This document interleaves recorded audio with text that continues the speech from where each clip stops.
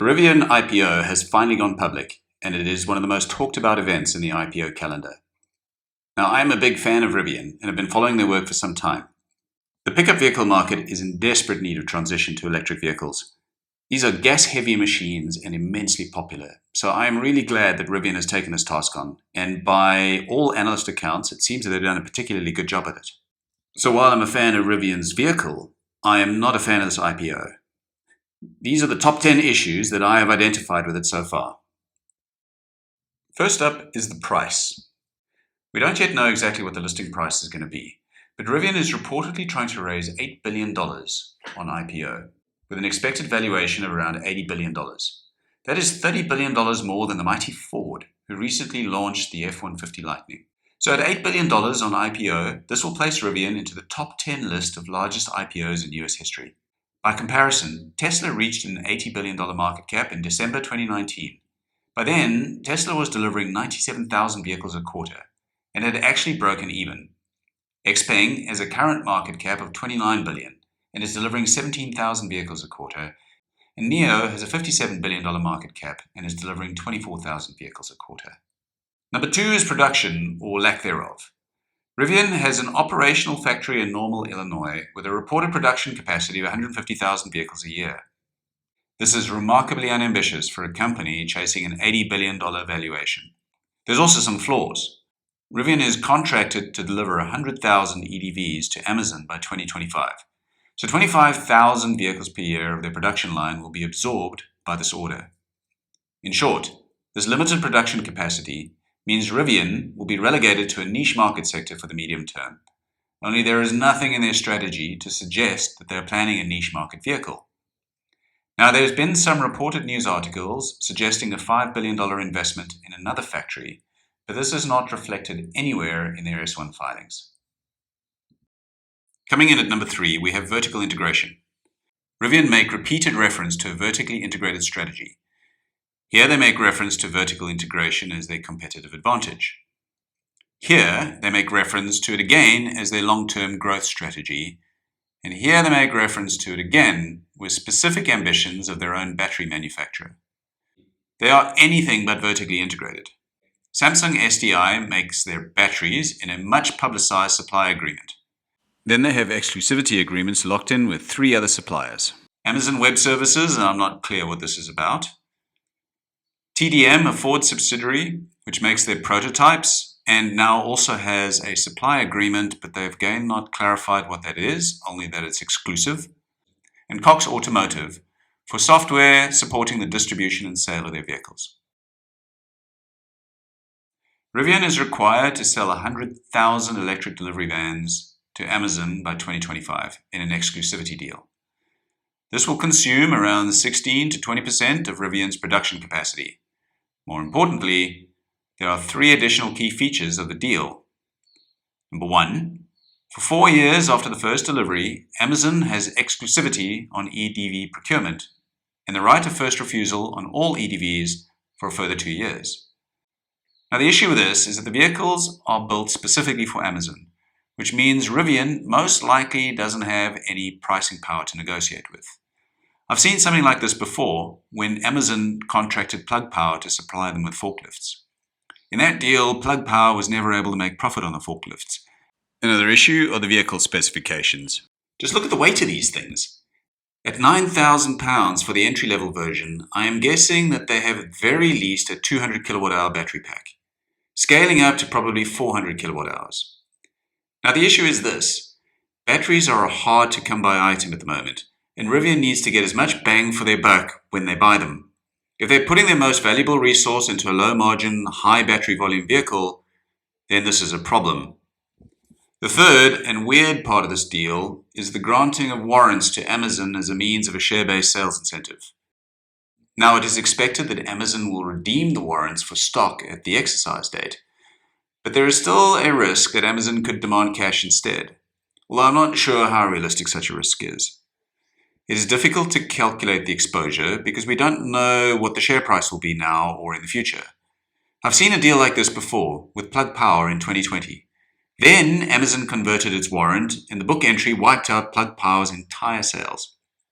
It didn't affect the cash flow, But Plug Power had the incredibly weird circumstance where it reported negative sales for the year. Oh, and the shares got diluted. Really, this is a deal for Amazon. They determine the price of their 100,000 vans, and as an added bonus, they get shares in the company they buy them from, as a reward for buying from them. Next up, we have the cash burn rate. Well, this number is just scary. Rivian is burning $1 billion a year, and this is before production ramp-up. As far as I can tell, they are now burning closer to $2 billion per year. Rivian expects to be operating at a loss until they can reach economies of scale, and there is no indication of what that loss will be and how they will reach profitability. So if they're burning $2 billion in cash before production, and we can expect them to burn another $1.5 to $2 billion a year after production, then the $8 billion they raise is going to give them maybe a 2-year cushion to operate, which leaves precious little for expansion. Next is the batteries. Rivian are using a lot of batteries in their vehicles, anything from 135 to 180 kilowatt hours for the R1S and R1T, and the EDVs, by my calculations, are using considerably more than that. Now, Samsung SDI doesn't have a factory in the US, which means that Rivian has to import their batteries, which gives them a lot less control of their number one input cost. Rivian is adding autonomous driving capability as part of its customer lifetime value calculations. They are benchmarking the price for this at Tesla's FSD, roughly $10,000 per customer. If Rivian wants to take on the AI juggernaut that is Tesla, then there is no way they are going to do this without their big brother Amazon. I would expect to see some sort of collaboration here, which would have made sense. With all that power behind Amazon's R&D divisions, it's disappointing to me that this is not the case. This looks more like Amazon seeking a payout rather than Amazon taking on the autonomous driving challenge. Next, we have vehicle pricing. If Rivian cannot produce at scale, then they need to produce at margin. This means that they have to sell their vehicles at a premium to a niche sector in the market, and they need to offer that niche something valuable, almost exclusive. Now, the benchmark is the Cybertruck, but this is definitely not a truck for all people, as it is pretty outlandish and is likely not to appeal to a more traditional truck enthusiast. At $67,500 for the base model R1T, Rivian has already set a price around $27,000 more than the Ford F-150 Lightning base model, although Ford have already factored in the EV tax credits of $7,500 into their base model purchase price, as far as I can tell. Time will tell if consumers value the features in this vehicle this much.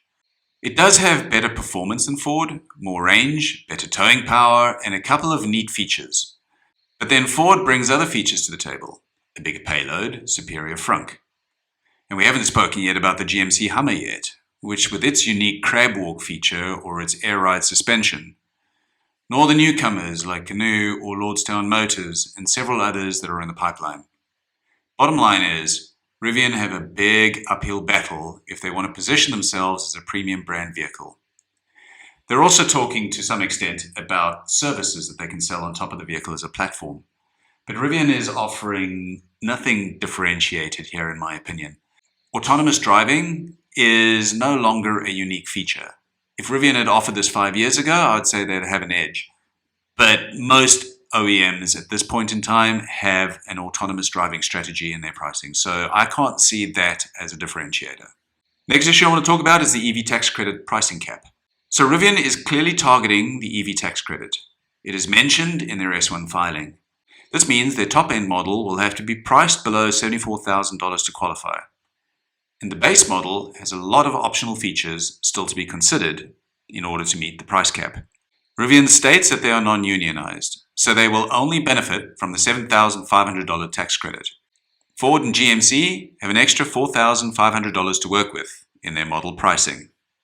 The last issue I want to talk about is the Tesla lawsuit, because I think this is quite a big one that seems to be overlooked.